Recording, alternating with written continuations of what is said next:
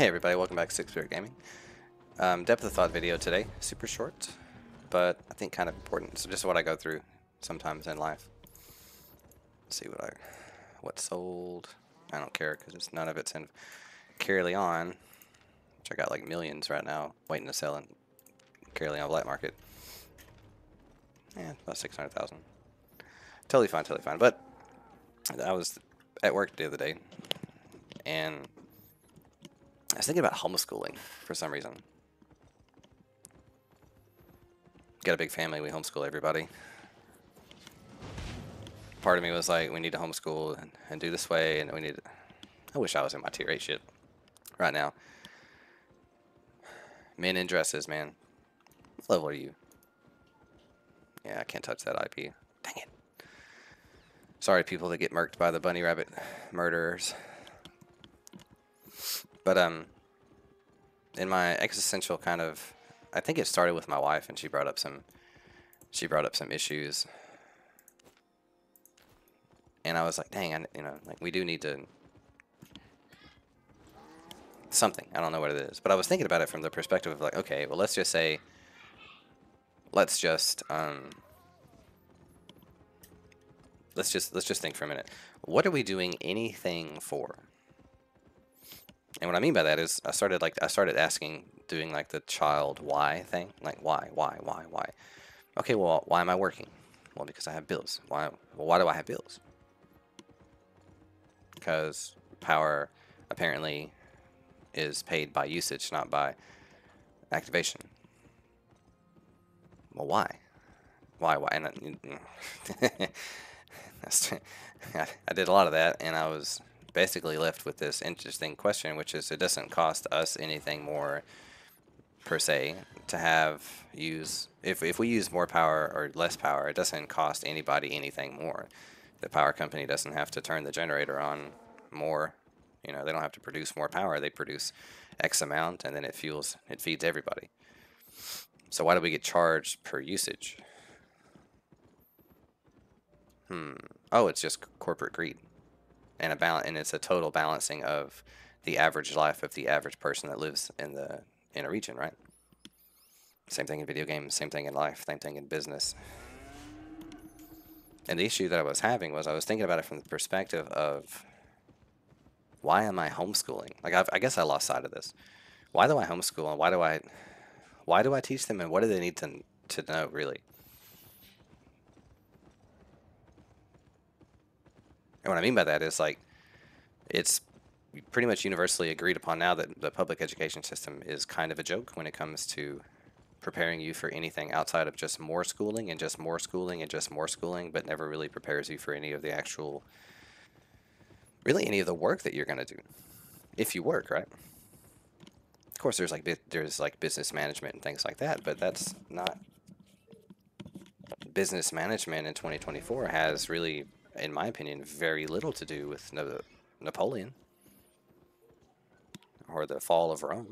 Do you know what I'm saying? Greek architecture, psychology. Like, there's so many things that really don't make any sense as to why we learn them. But then in the bigger picture, they all kind of make sense. But the people who teach us these things, they don't care about the bigger picture, because most of us are going to be put into work at relatively dead-end jobs, doing relatively dead-end things for pennies on the dollar. So it's like, why are we stressing about anything? And like, what's the point of everything? Now, this comes both, initially this, for me, comes more of from a Christian perspective, and then rolls into a less existential, like, because for me, I don't get the benefit of being as deep thinking, because it doesn't matter, because the fact is, I have children, I have a wife, I have responsibilities to them right now, which come in the form of bills, diapers, food, entertainment, everything. So I have all these things on my plate, all these different things that I'm balancing all at the same time, on top of growing and trying to become an actual good YouTuber that produces good content. And I've already done the video that I did on why I do YouTube is really just so that over time, when I'm dead, my voice is still like my family can go back and people who love me can go back and watch these videos and enjoy listening to me ramble or have my first open world PvP kill, you know, just whatever. Like, I have my voice, an audio or kind of like a vlog of stuff for a long time that's relevant to me, that's important to me, and that's reflecting of like hobbies and stuff that I do. But as my channel's grown and I've started to get messages in game for people who have watched my videos and want to do content with me, I'm starting to realize that this is potentially and especially when I look at my YouTube analytics, it's turning into because I never expected to be able to possibly make money through YouTube because it's outside of my traditional realm of expertise. But I do understand that I'm gonna have to pretty sooner rather than later. I will in fact be making money with YouTube, and that adds in a way a kind of a degree of pressure to create good content. And one of the factors that I need to be able to do in order to create good content is I must have a really, really good home life business work ethic so that I can maintain keeping up with the demands of home, the demands of YouTube, work, and everything else in between, so that I can maintain a consistent growth of a really, really good, positive channel that can help everybody in multiple ways. And what I'm trying to do now is I have to do the balance, because one of the ways, the only thing that I can really say that I can like do that's different than a lot of other people is fitness training and MMA training. And because my family has been so young for so long, it's not really something that I ever thought about doing. Like really, like I never really thought about getting into personal training again or trying to do stuff like that, because for so long I've just been overworked and stressed out with trying to survive in this economy, in this world.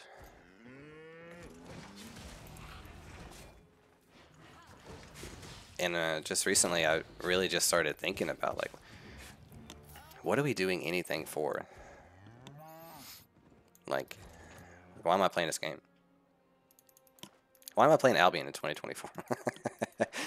Of all the other games out there and all the other amazing next-gen titles and amazing experiences to have, why am I out here farming for faction points and trying to level up the Great Axe to 100 spec? Like, what is the point?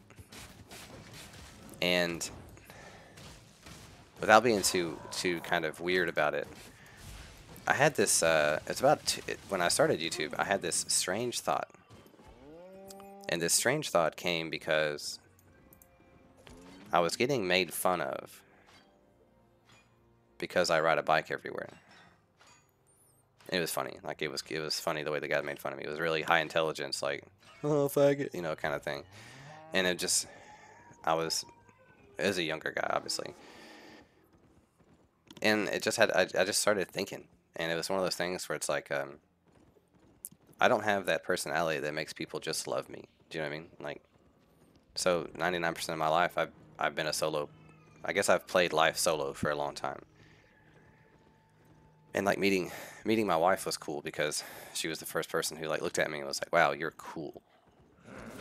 Well, no, I can't say that. Women, I've always thought I was cool, but it's like the issue I've always had is with men, because I'm multifaceted, man. Like, I don't, and it's not this is what's stupid is I can't even explain myself without sounding like a complete horse's ass. Do you know what I'm saying? Because if I tell you, oh, I'm pretty good at this, well, he's bragging. It's like, nah, bro, I'm not bragging at all. I just, I'm really good at this and this and this and this. And one aspect to my personality that I have the most, which comes from childhood trauma, is the ability to progress. I understand systems of progression better than a lot of people. And the reason I understand them so well is not necessarily because I don't need to be. Why am I gathering? Oh, God. And this is what we get to do. It'd be so funny if they didn't kill me. Holy crap, did I just get away from these idiots? You can't bring down a tier 3 Ox? What a bunch of losers. Oh my god.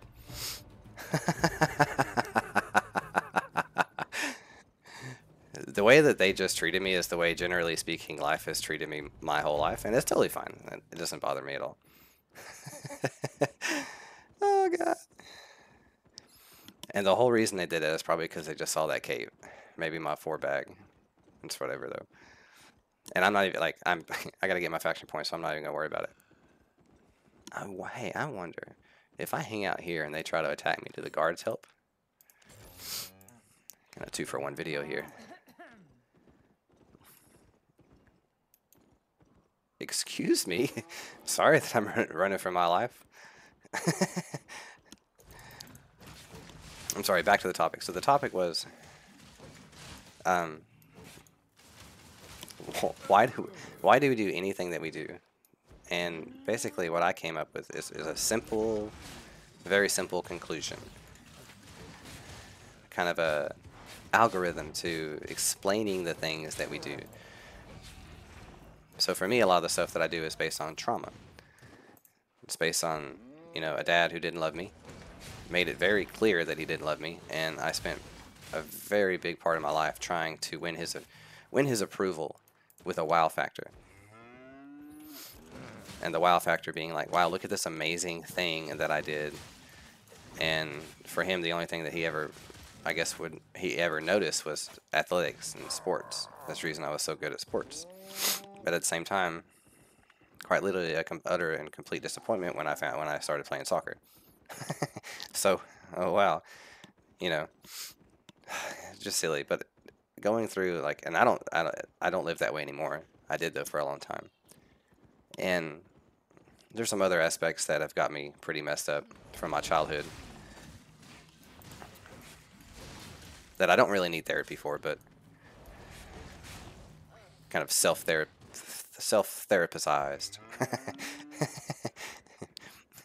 But what I learned back then was this really cool concept that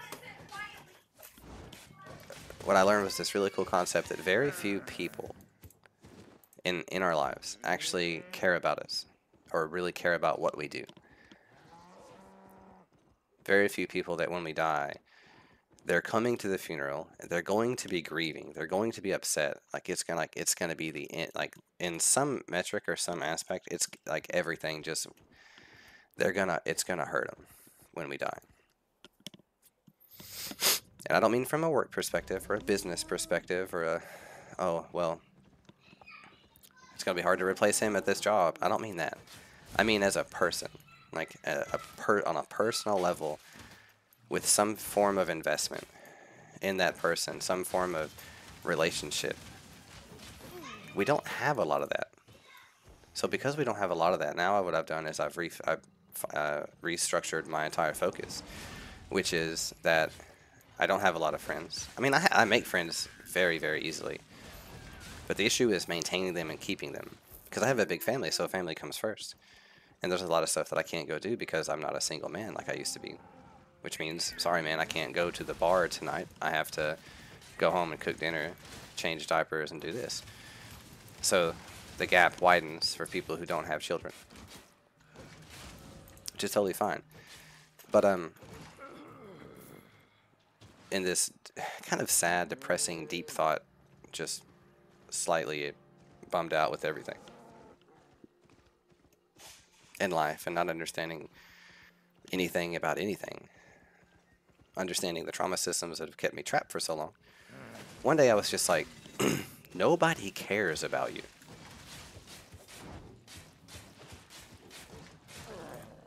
And at first it was sad, because this comes from the perspective of my family not caring about me. And then it changed to, damn, your coworkers don't care about you. Your blah, blah, blah, blah, blah. Like, and it always starts with the family anyways. Like, it doesn't matter if the world hates you. If you got a good family, then everything else is fine, right? Well, when the world doesn't really care for you, and then your family hates you too, and you sit there and you think about it, and it's like, I've not done anything. I haven't been rude. I haven't been wicked. I haven't been judgy. I haven't been condescending. I haven't been like anything. Like there's literally not a single metric in which I could have possibly offended any one of you. Which is what I call the Marla effect, by the way.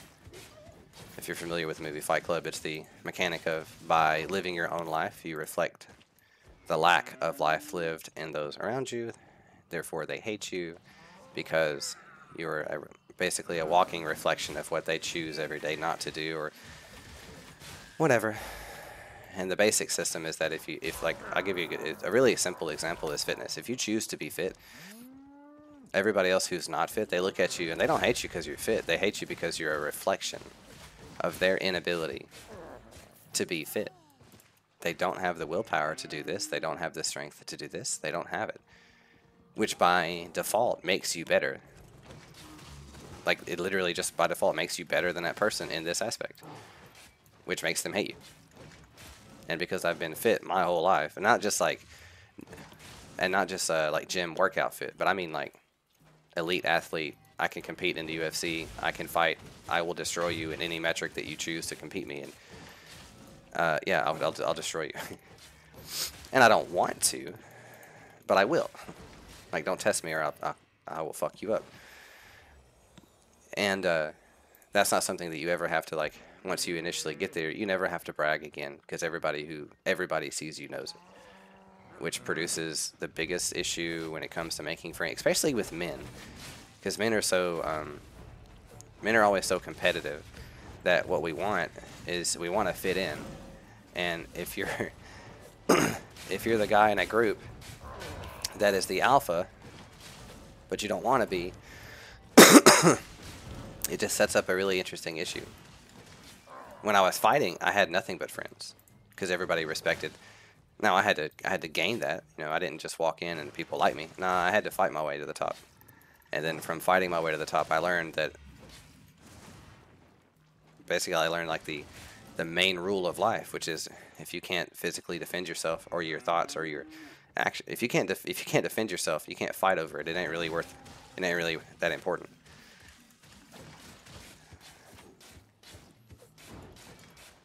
And then I'd find out that I actually do like fighting because it's a calling. It's a warrior spirit deep within me that the calling was louder than the noise of life, and I couldn't ignore it anymore, and I had to go do it. So I became a fighter, and then I got to live the MMA dream and the nightmare of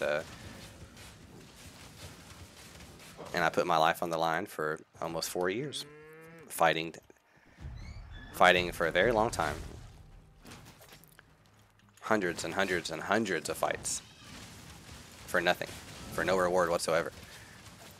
Only for my MMA instructor to tell me, that's just part of it, man. You don't make any money in the beginning of it. I'm like, that's... Like, well, how is anybody supposed to become a pro fighter if you have to fight? Basically, until I make $1 million, I'm not going to make anything. It's a really, really hard system, and met my wife, and things changed, and started thinking about why am I fighting other people that are my best friends? You know, like why am I top, like, because I was at the time, I think rated at, I was in the top like 7% of fighters in the world. And the problem with that is that rating system was used against me because I was a no-name fighter.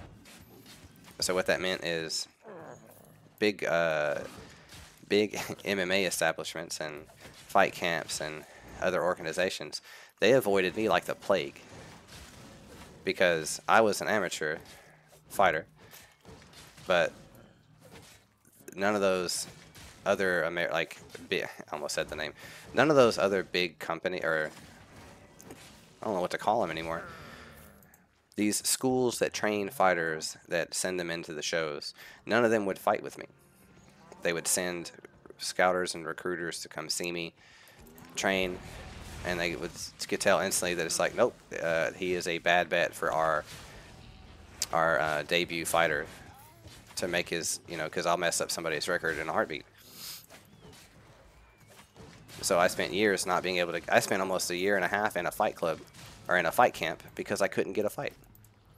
because these big UFC training camps would not send their fighters at me because they're like, I would beat them and I'd smoke them, and I would have definitely smoked the shit out of their fighters, but that's the point.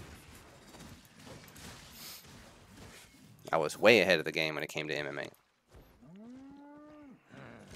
and it wasn't until Bellator reached out to me that I started to get bored, because everybody keeps making promises, but then the actual reality is that I can't find fights. So it didn't matter to me that Bellator wanted me in their fight. I just had to become a professional in my state, which was challenging because the fight commission in my state was not fully established. So it was like really hard to find venues, right? And it was also extremely hard to find opponents. So in a year and a half, I stayed peak shape, ready for the UFC, but couldn't find any fucking fights. And then because I wasn't a pro in my own state, I couldn't fight in other pro venues. So I couldn't even skip to the pro side. It was so stupid. So I basically caught up in the political side that was against me, and that with other existential stuff, and meeting the love of my life, and starting the process of having children, and just there's a lot of stuff that went into it. But that's the reason I'm not in UFC right now. And I'm okay with that. I'm totally fine with that, because the skills and the training and the experience is still with me to this day, and I'd look back on those times with nothing but happiness and joy and laugh. But a good question is a really good example of like what I'm trying to get at here with all this whole mini video is that when I was fighting, nobody gave a shit about me. Nobody cares if I win, if I lose. Nobody knows me. Nobody cares. Holy crap. Okay, that was a bad pull. Nobody cares about me. Nobody cared if I win, if I lost, if I got hurt. Nobody gave a crap. Until I started winning, and then everybody started caring. Everybody started wanting to be my friend. And essentially what I've discovered is that because nobody really cares about you, nobody cares about my guild, right? Six Spirit Gaming, the guild in Albion Online. Nobody cares about my guild. Nobody cares about my battle axe build with soldier armor. Nobody cares about any of that. And they won't care unless two things happen. One, I start to absolutely wreck in certain types of certain game modes, right? So like if I get to Crystal Arena and I rank up through the gold, what am I at? Not that. If I go through 3, 4, and get to Crystal, yeah, then people will notice it. But until then, nobody cares.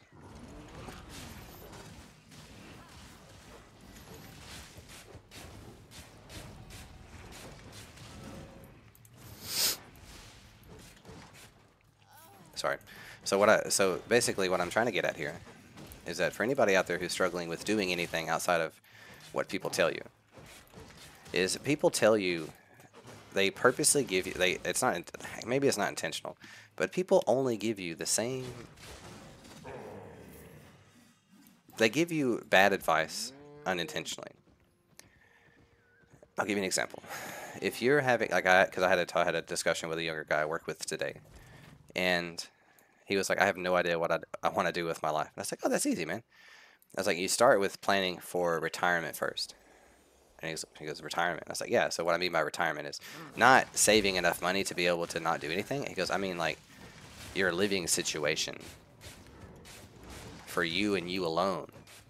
And I was like, what I would have done is instead of listening to anybody ever tell me to do something like get a house or, take on this huge mortgage payment on this house, I would have taken my single butt straight to a mobile home park, rented a lot, and bought some really, really cheap little mobile home thing, and set up my personal living situation that total cost of everything would have been less than $500 a month. That's what I would have done to start out. Give myself a home, something that's mine, something that I can live in and I can grow from, not the other way around. And people give us bad advice on purpose. People just people give bad advice. So when it comes to you doing anything that you want to do, just do it, because nobody cares. Nobody cares if you win. Nobody cares if you succeed. Nobody cares if you die and you disappear and you never heard from again. So live life how you want to. Do the stuff that you want to, without the pressure of trying to please people. My wife struggles with this a little bit because she's trying to make relevant videos on like respective platforms about her stuff, and she's having an issue with being able to find out. Like, she was about to do a TikTok live the other day, and she's like, I have no idea what I want to talk about. And I said, then you probably shouldn't go live. Like, what are you doing these lives for if you have no interest, if you have no idea what you plan on doing? Like, if you have no concept of what you're about to try to do, why are you trying to do a live? Like, I don't understand. You know, like, I don't record videos that I don't know what I'm doing or what I'm trying to talk about. All my videos have a very specific point. Try to make them, I ramble sometimes, but I try to make them a full train of thought.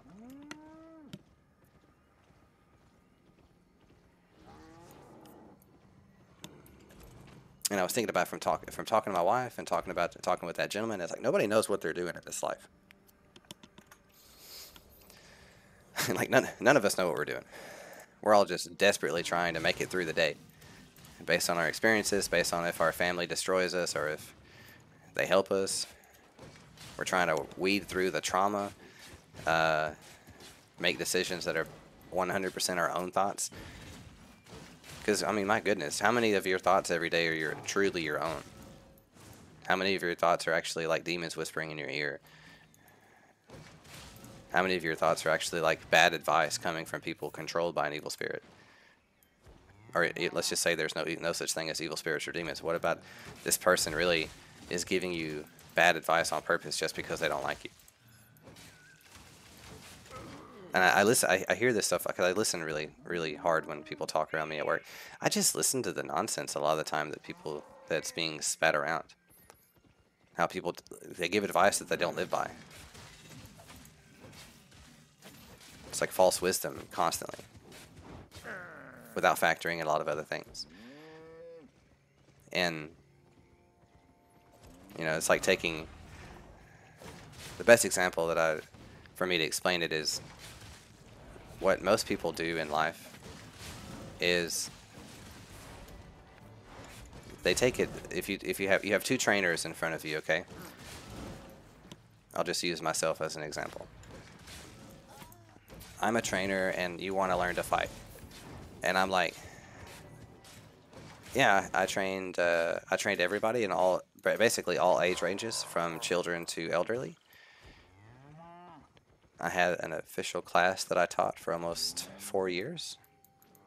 Trained full time at the same time.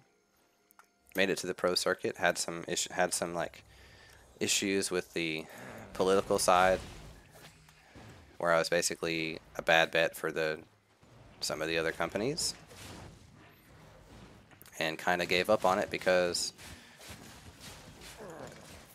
I found my wife and decided to start well, we didn't decide to. We just started a family. Passion turned into child. And I had to make some big changes because I wasn't about to try to raise a child with barely making any income. So, but yeah, I'm highly qualified to train you and to teach you in whatever level you're at and wherever you want to go, basically, within my knowledge base of MMA and fighting.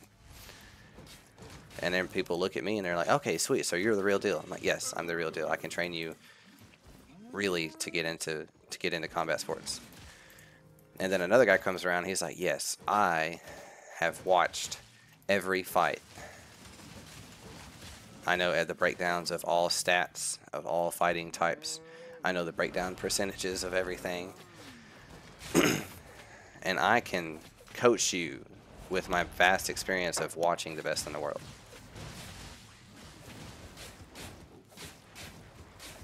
So then the guy who has the better sales pitch, the slightly better haircut than me, he gets the job. And that's because people aren't looking for, a lot of the times people are not looking for the real, they're looking for the fake. And that's, I mean, it's just an aspect of the world that we live in. You know, Nobody wants to watch me succeed with. Well, there's people that want to see me succeed with the great axe. It's not like that taking up any time in their life, but they're like, when they see my little videos, they're like, man, I wonder how that works. Because that is a cheap build. That does look fun. How is he making? How's he rocking with it? Blah blah blah. And then when I do it, maybe it makes them want to be like, heck yeah.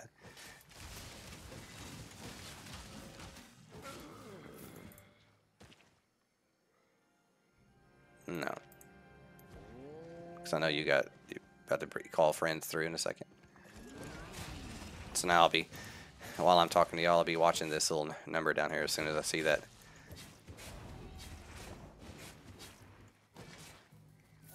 I'll smoke you, son. Go away. Where's your gear? Yeah, I'll smoke the shit out of you. Go on with you.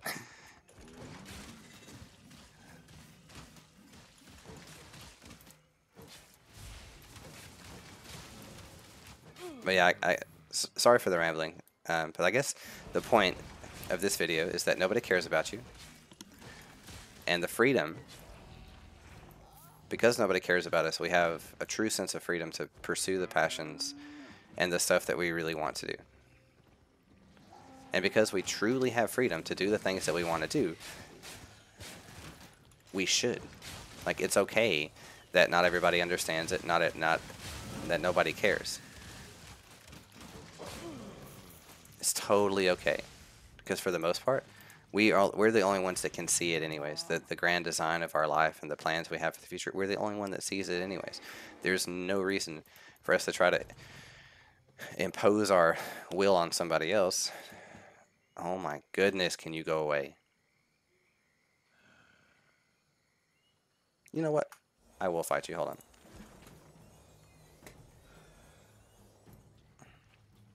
Get on my nerves.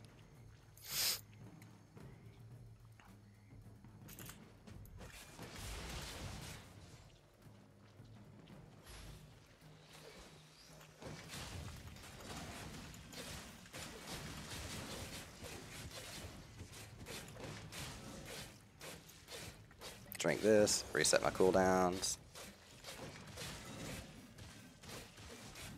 Where are you going? It's a duel. If you let me reset, then I beat you. Smoke him now.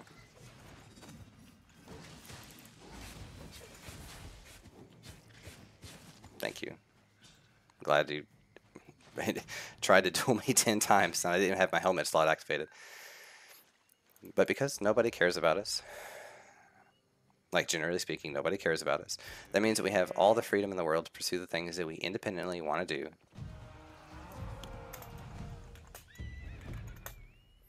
We have all the things in the world that anything that we want to do, we can do, and we should be able to, and we can pursue that with 100%, without worrying about the viewpoints of the world or how anybody else sees it as a waste of time. Because if I had started my YouTube career back in the day, I would have already, 15 years ago, my YouTube career would have brought you guys along the journey of me going through the esports with, not esports, I'm sorry, the MLG back when that was the thing, in Halo 2.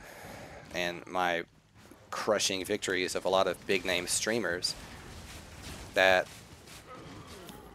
I crushed in the early days of everybody playing Halo 2. You know, me being able to beat aimbot hackers and stuff because I played the game 12 hours a day. Like, getting into streaming.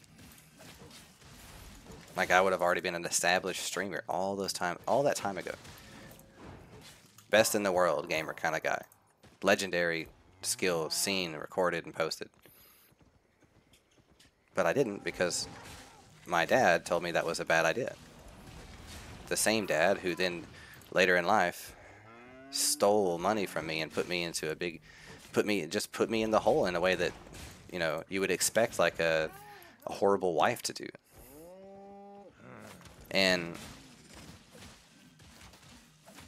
I've had to pick my life up so many times because I've listened or done things that the dummies have wanted to do, and it took a long time for me to like realize that I'm smart enough to do stuff. And Like, I figure stuff out quickly. I pride myself a little bit on being intelligent, but I make bad decisions just like anybody else. I do dumb stuff just like anybody else. But I have the potential to do anything. And I've been trapped in a trauma mind for so long that I love it. I've let other people get in the way of that.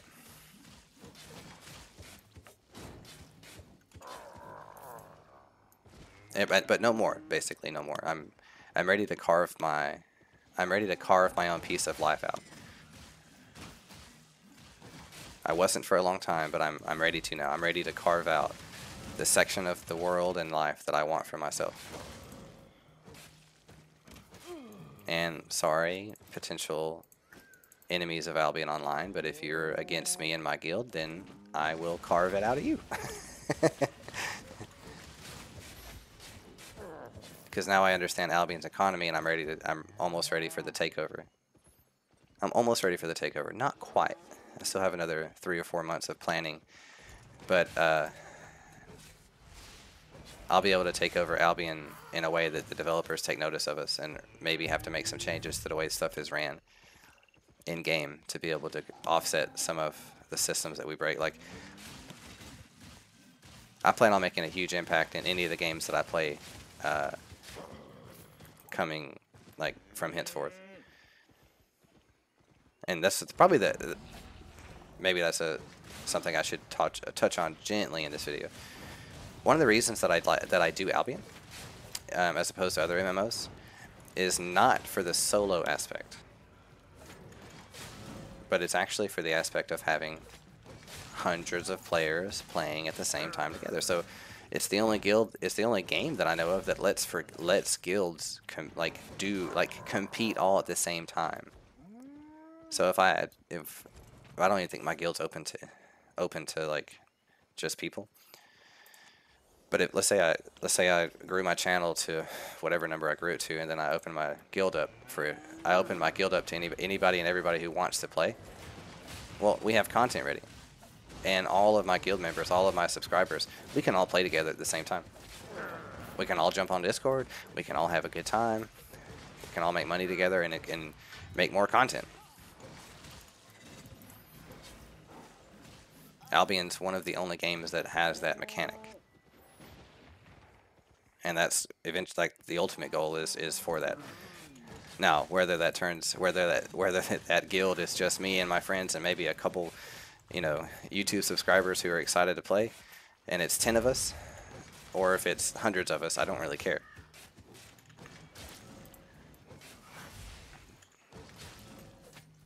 Just like I said, I'm super excited for the way that everything in life is about to work out.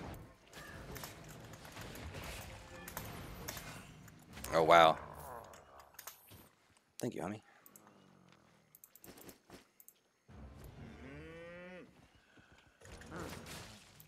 I'll be in your party for a minute, my man.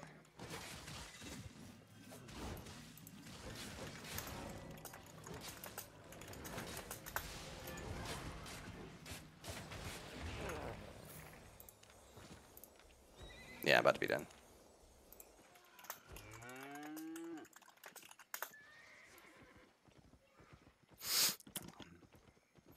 Which is another I have another video that I want to do later about Albion's balance, and I understand it now.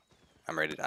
Like I said, I'm getting ready to destroy a lot of the metas and a lot of the systems that a lot of the ways that Albion works, essentially.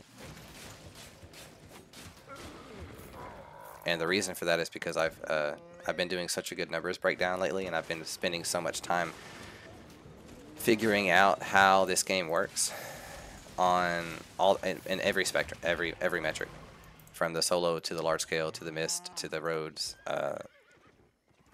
guild to guild, like all that stuff. Like what the focus of the game is. And now that I've started the process of actually being able to figure it out, like, in a big way, I think I'll be able to adjust my gameplay loops to set up not how to make money how to make 30 million in 3 days, new player, 0 to hero, blah blah blah, but to actually take over the end game. And that's kind of what I want to do, but not as a solo, because that's silly. Because solo, to do it as a solo player, it requires only one of a couple different builds, a couple different loops to play in, and a very specific gameplay mechanics that I'm not really 100% cool with. One of the examples of that, some of those gameplay loops that I'm discussing.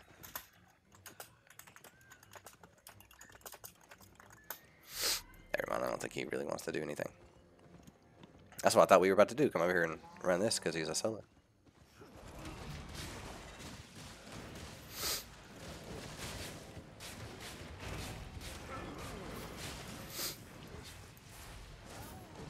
But like just what we're doing right now, just a random person grouping with me. Farmer forever. Potter 9. Wait, why am I doing that? It's not worth any fame. And the swamp dragons are cool. I don't like to kill them. But I have a lot of big plans, both for the channel and for life. And this week I'll be learning how to video edit, so I can start putting shorts together. Because that was the next on the analytics. That's where my channel is like, you really need more shorts, sir.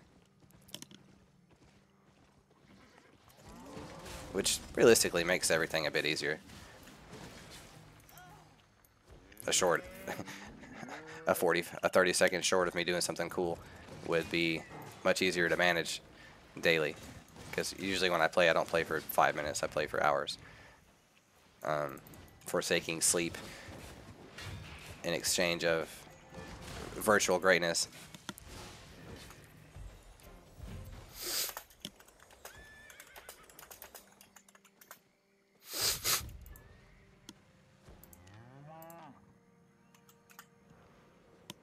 So, yeah, and this takes a little bit. It always takes a little bit longer than 30 minutes, but you can get your faction points in about 30 minutes. I think I got 2 points or 2 levels. So the grind session's pretty real, but I didn't even mean to. I'll upgrade. Go ahead and upgrade that. Got an Avalonian cape out of it. I wasn't even looking at what I was getting. Solo dungeon map. I'll use that, and I'll use that in a minute, or later tonight rather. 240k, and I'm just out killing mobs, talking about doing stuff that we want to just because we want to, no other reason. So I appreciate you guys watching today. Thank you so much for all the likes and the subscribes to my channel, and thank you so much for all of the amazing comments that I got in the back and forth. I really appreciate it. And I know my channel is small. I know but it doesn't. The channel is small, but percentage-wise, my channel is exploding, and that's all I care about. And even if the channel doesn't find success and nothing good ever happens from it, and my channel just never seems to work out, I don't care. I'm happy with making the videos, posting the content, and playing the games. Did I make this? Oh, I did make that. Okay, never mind. Got everything? Don't be shy. How much is that worth? Wow. I'm gonna say, we're not selling that for 3K. Come again. But I thank you guys so much for watching, and I cannot wait to see y'all in the next series of videos I got. I got a lot of good stuff planned for this week. You guys have a fantastic week, and I'm going to catch y'all in the next video. I got a lot of stuff to do this afternoon. And thank you guys so much for watching, and I'll catch y'all in the next video. Peace.